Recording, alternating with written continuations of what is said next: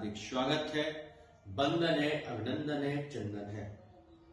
आपको, युवा साथियों को आभार है, छोटों को प्यार है और बड़ों को मेरा नमस्कार है।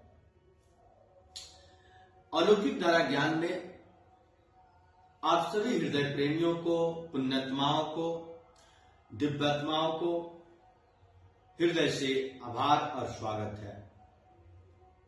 अलौकिक धारा ज्ञान प्रतिदिन की बातें आज भी एक विशेष प्रश्नों की उत्तर देने के लिए कृतार्थ और कल्याण के लिए वचनबद्ध है। एक प्रश्न बहुत मन में हमेशा से युवा साथियों को, धर्म प्रेमियों को और जो भी अध्यात्म से जुड़े हुए हैं उनके मन में यह प्रश्न आती है कि यह जन्म क्या है। मानव का जो ये जन्म है ये क्या है। इसका उत्तर आध्यात्मिक दृष्टिकोण से अगर देखा जाए तो जन्म सिर्फ शरीर का इस संसार में आना नहीं है, बल्कि इस आत्मा को एक नई यात्रा का शुभ आरंभ करना है। मानव को जन्म में ईश्वर का यह अमूल्य धरोहर कहा जाता है। इस जन्म को मानव इस बात को मानता है कि प्रकृति के द्वारा यह दिया हुआ एक कीमती उपहार है जो मानव इस जीवन काल को आनंद लेता है।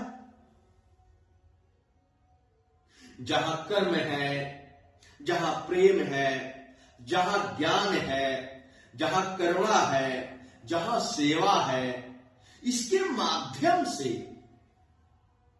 स्वयं को, अपने आप को प्राप्त करना, अपने आप को समझना और कई अवसरों को प्राप्त करना।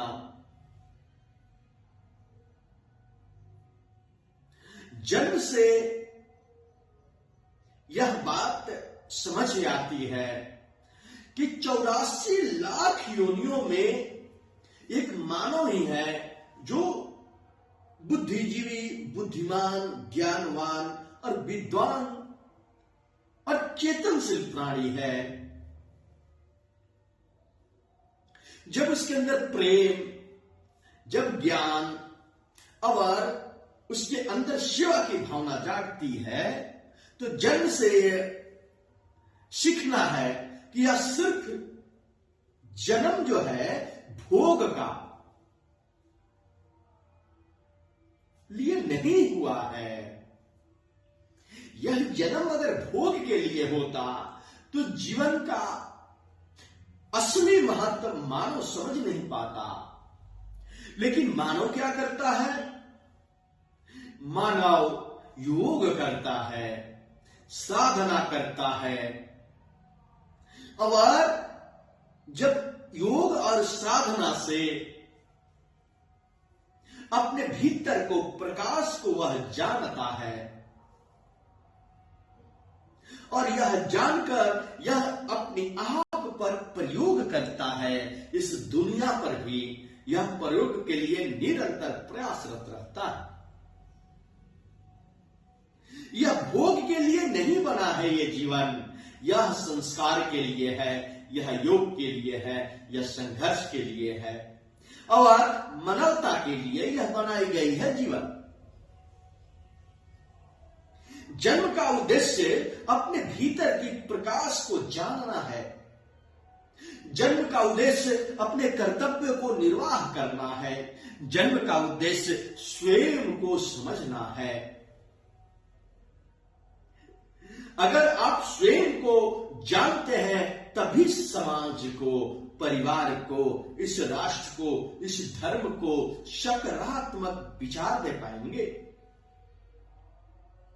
जब सकारात्मक समाज में विचार लाते हैं तो जीवन का विकास परस्पर निरंतर प्रयासरत रहता है, ऐसा प्रमाण है।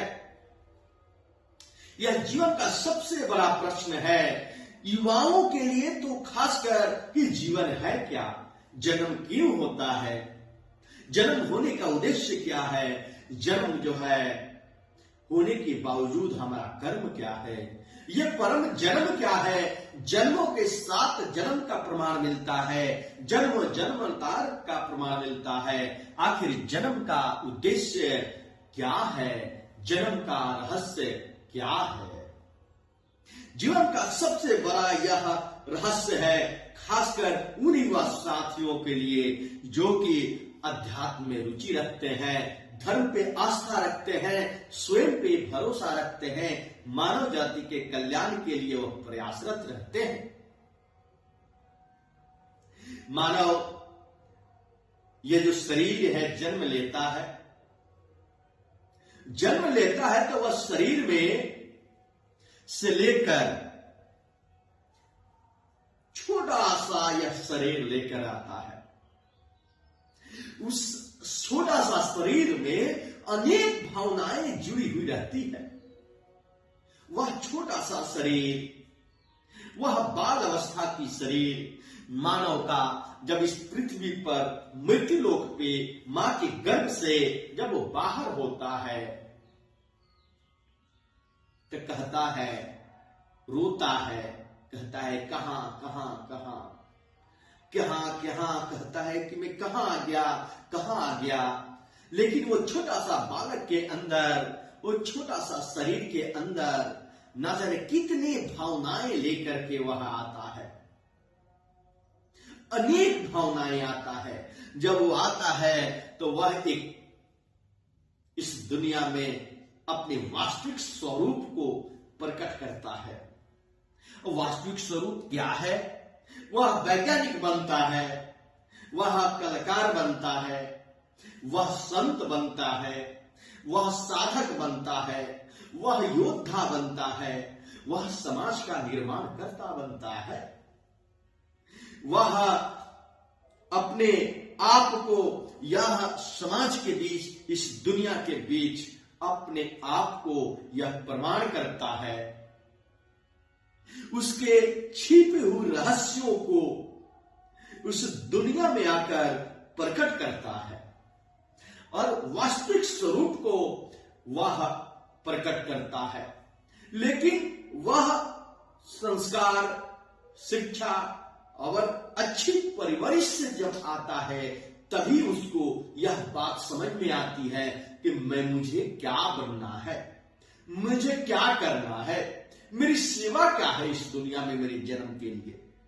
लेकिन 90 से 95% लोग आकर के अपने अस्तित्व को भूल जाता है, वास्तविक स्वरूप को भूल जाता है। और यही जब अपने उद्देश्यों को भूल जाता है तो मनुष्य पशु पक्षी और जानवरों से भी बदतर हो जाता है इस पृथ्वी पर। तो मानव वास्तविक स्वरूप को भी ना भूल जाए, यह बात सिखाता है धर्म, यह बात सिखाता है आपका परम अस्तित्व, यह बात सिखाता है आपकी परवरिश, यह बात सिखाता है आपकी शिक्षा, कैसे परिवार में, कैसे समाज में आप परवरिश लेते हैं, यह बात प्रमाणित करता है। तब आपका मूल अस्तित्व समझने का, मूल्य अस्तित्व का मार्ग प्रशस्त करने का पथ मिलता है और आप उस पथ को प्राप्त करते हैं। ये दुनिया जो वास्तविक स्वरूप को जो भूल जाता है वह जानवर से भी बदतर हो जाता है, क्योंकि वो अपने उद्देश्यों को पूरा नहीं कर पाता और पशु पक्षी की तरह हो जाता है। मनुष्य जन्म मिला है तो अपने अंदर भीतर की चेतना को जानो। जब मानव जन्म है तो वो चेतना को नहीं समझ पाए तो वास्तविक स्वरूप को कैसे समझ पाएंगे? अपने भीतर उस चेतना को समझो जो कि एक दीपक है, एक ज्योति है, एक शक्ति है। वह ताकत है आपकी, वह ऊर्जा है जो कि पूरी सृष्टि की संरचना को समझ देता है। मनुष्य जन्म तो लेता है, लेकिन जिस दिन वास्तविक स्वरूप को भूलता है, वह मानव तो शरीर रूप होता है, लेकिन उसकी कर्म जानवर की तरह होती है। युवा जब अपना विचारों को पवित्र करता है, युवा जो है अपने उस परिवार से जब वह जन्म लेकर उत्तम संस्कार पाता है, तो वह अपने भीतर चेतना को जागृत करता है।